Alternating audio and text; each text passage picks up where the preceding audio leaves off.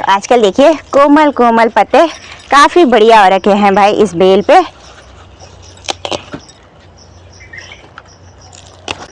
और बेल पे देखिए छोटे छोटे कद्दू के कसले भी आ गए हैं। इन कसलों से भी बहुत ही टेस्टी सब्जी बनती है। अभी तो ये कसले छोटे हैं, जब थोड़ा बड़े हो जाएंगे ना उसके बाद इस साग की रेसिपी भी मैं आप सभी के साथ ज़रूर से शेयर करूँगी। और ये पहाड़ी रेसिपी हमारे उत्तराखंड में गढ़वाल और कुमाऊं में कापली, ढेबली और ढपड़ी के नाम से बड़ी ही फेमस है। और बरसात के सीज़न में इस रेसिपी को हम लोग बड़े चाव से खाना पसंद करते हैं।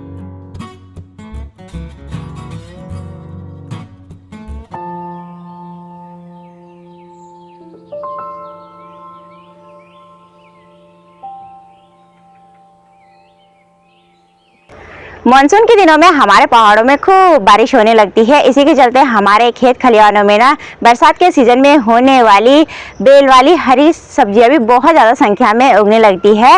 और आज मैं आप सभी के साथ उत्तराखंड के कुमाऊं और गढ़वाल में खाए जाने वाली टुमटुक के हरे पत्तों के साग की रेसिपी शेयर करने जा रही हूँ। कुकिंग स्टेप में आगे बढ़ने से पहले आज के वीडियो की शुरुआत भी यहीं से कर देते हैं। हेलो दोस्तों, आप सभी को मेरा प्रणाम। मैं हूँ ज्योति और स्वागत है आप सभी का देवभूमि उत्तराखंड में देहरादून शहर के खूबसूरत से खंडवाला गांव से।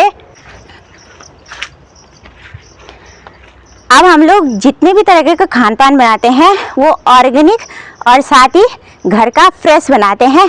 तो अब आ गई हूँ मैं खेतों की और हरे साग को लेने के लिए। तो इस वाले पूरे आम के पेड़ पे देखिए बहुत ही बड़ी कद्दू की झाड़ी हो रखी है। हमारे उत्तराखंड में कद्दू के हरे पत्तों को ही टुमटुक का हरा पत्ता बोला जाता है। और ये जो हरा पत्ता है ना, इससे हमारे पहाड़ों में दो तरह की पहाड़ी स्पेशल रेसिपी बनाई जाती है। एक तो इस पत्ते से हरा साग बनता है चावल के साथ खाने के लिए, और वहीं दूसरा इस पत्ते से ना सूखी ड्राई सब्जी भी बनती है जिसे हम लोग रोटियों के साथ खाते हैं। आजकल जैसे बारिश खूब पड़ रही है, साथ ही सावन का महीना भी लग गया है, तो ये साग ना ज़्यादातर सावन के महीने में ही हमारे गढ़वाल में खाया जाता है। अब जितने पत्ते यहाँ से हमें साग बनाने के लिए चाहिए उतने निकाल लेंगे। तो आजकल देखिए कोमल कोमल पत्ते काफ़ी बढ़िया हो रखे हैं भाई इस बेल पे।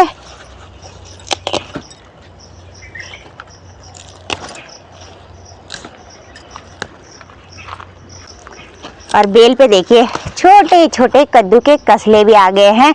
इन कसलों से भी बहुत ही टेस्टी सब्जी बनती है। अभी तो ये कसले छोटे हैं, जब थोड़ा बड़े हो जाएंगे ना उसके बाद इस साग की रेसिपी भी मैं आप सभी के साथ ज़रूर से शेयर करूँगी।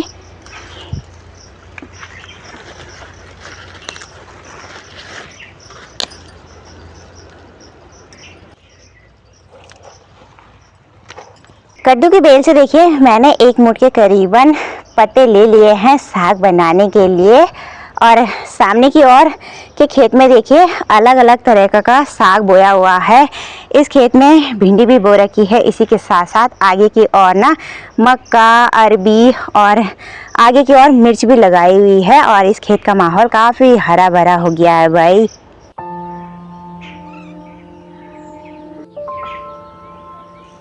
मैं पीछे वाले खेत की तरफ, और इस खेत से मुझे चाहिए साग में डालने के लिए हरी मिर्चें। तो आजकल इन मिर्च के पौधों में देखिए खूब संख्या में फ्लावरिंग हो रखी है और हरी मिर्चें तो कम कम ही दिख रही है। तो यहाँ सामने वाले पौधे से मैंने देखिए 4 से 5 लाल मिर्च ले ली है और वहीं 2-3 हरी मिर्चें भी, और 1 से 2 और निकाल लेंगे।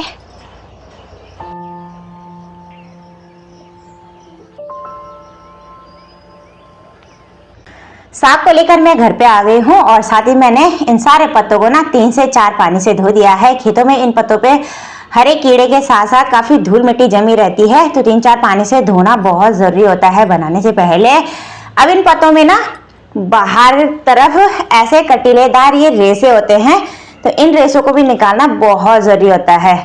अब एक एक करके सारे पत्तों से ना इन रेशे को निकाल लेंगे और उसके बाद इस साग को बारीकी से काट लेंगे।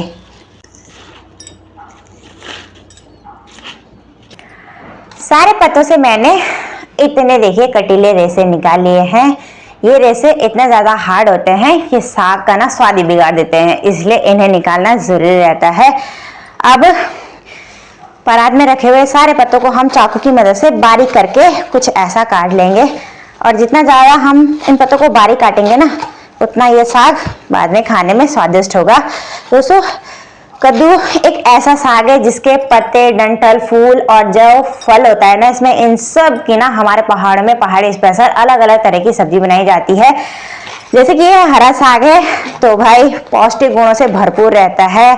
काफी सारे विटामिन और पोषक तत्व तो इस साग में पाए जाते हैं, जैसे विटामिन ए, B2, EC, इसी के साथ आयरन, फास्फोरस, पोटाशियम, मैग्नीशियम और इसी के साथ इस पत्ते में ना फाइबर और एंटीऑक्सीडेंट की भरपूर मात्रा होती है। हमारे शरीर को इन सारे विटामिन और पोषक तत्वों की जरूरत होती है, तो काफी लाभदायक होता है भाई इस साग का सेवन करना हमारे शरीर के लिए।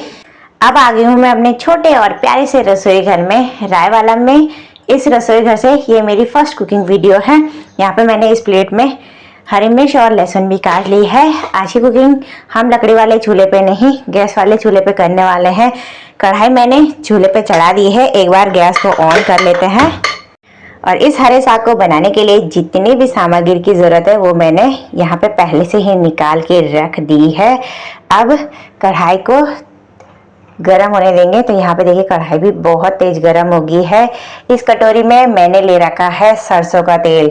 तो इस हरे साग को हम लोग ना ज़्यादातर सरसों के तेल में ही बनाना पसंद करते हैं। कढ़ाई में 1 बड़ा चम्मच तेल डालेंगे और इसको अब तेज धुआंधार गरम होने देंगे। तेल तेज धुआंधार गरम हो गया है। अब लगा देंगे तड़का पहाड़ों के स्पेशल चिरौन का। चिरौन यानी सरसों के दाने। तेल तेज गरम हो गया है तो दाने जल्दी ही चटकने लग गए हैं। अब डाल देंगे कटी हुई लहसुन और साथ में हरी मिर्च। लहसुन और हरी मिर्चें अच्छे से भुन गई है और सुनहरे रंग की हो गई है। अब डाल देंगे यहाँ पर से कटे हुए हरे पत्तों को। इसी टाइम डाल देंगे 1 बड़ा चम्मच नमक। नमक डालने से ये पत्ते जल्दी से गल जाते हैं। अब नमक और पत्तों को अच्छे से मिक्स करके करीबन 4 से 5 मिनट तक भूनेंगे। जितनी देर तक हम इन पत्तों को भूनेंगे उतने ही स्वाद अच्छा आएगा साग में। और इस साग में ना कच्चापन रहता है, वो हमें पूरा हटाना पड़ता है 3-4 मिनट भूनने तक।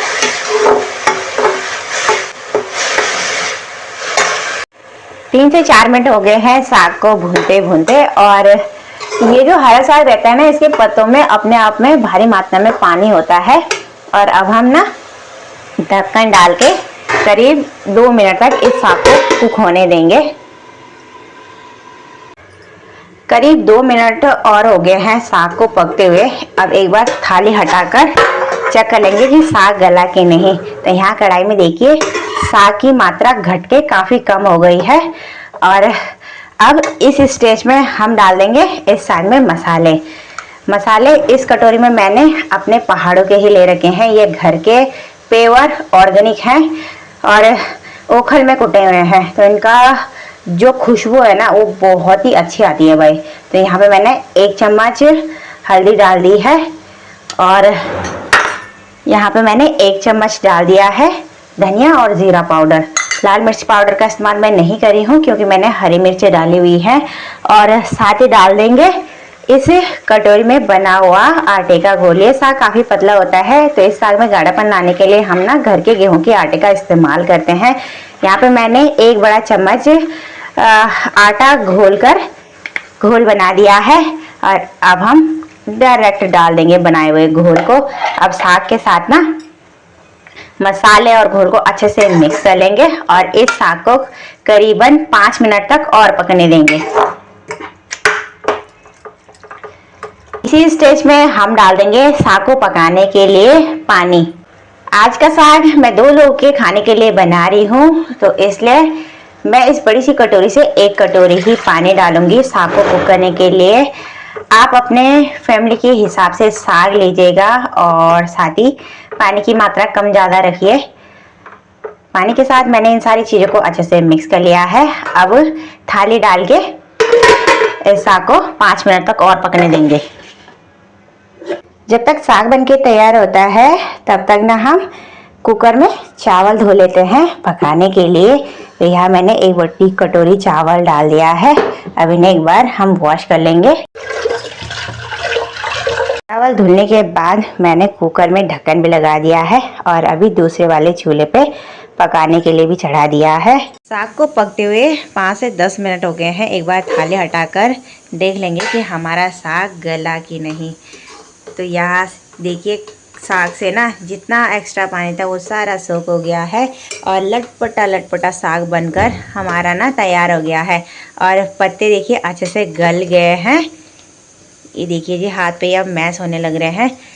और इसी के साथ हमारा कद्दू के हरे पत्तों का साग बनके हो गया है तैयार।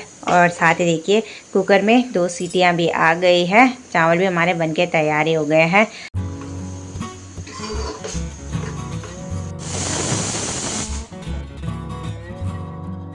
कुकिंग करने के बाद अभी आ गई हूँ मैं घर की छत पे कपड़े डालने के लिए। भाई बारिश के बाद जो अगला दिन होता है ना तो उस दिन बहुत ही प्यारा मौसम रहता है भाई हमारे पहाड़ों में। आज देखिए चारों ओर का मौसम बड़ा ही सुहावना सा है।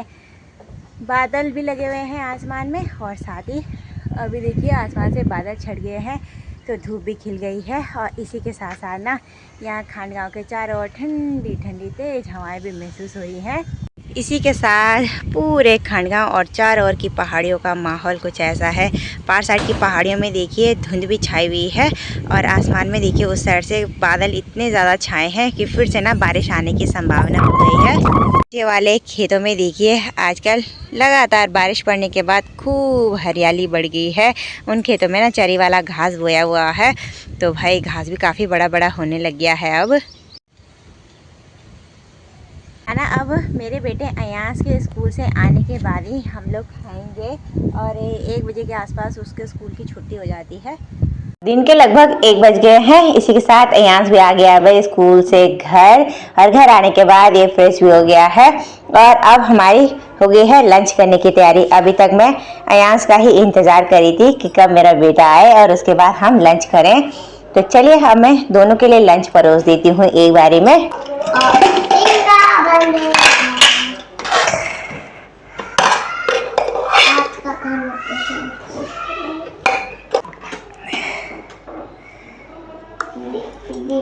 लो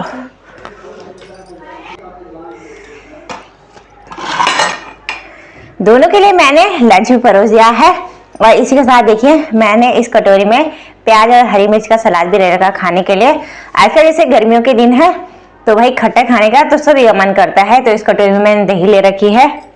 बाकी इस पैन में ना सुबह मैंने आलू की सब्जी बनाई थी वो भी बची हुई है तो थोड़ी थोड़ी ना आलू की सब्जी भी ले लेंगे।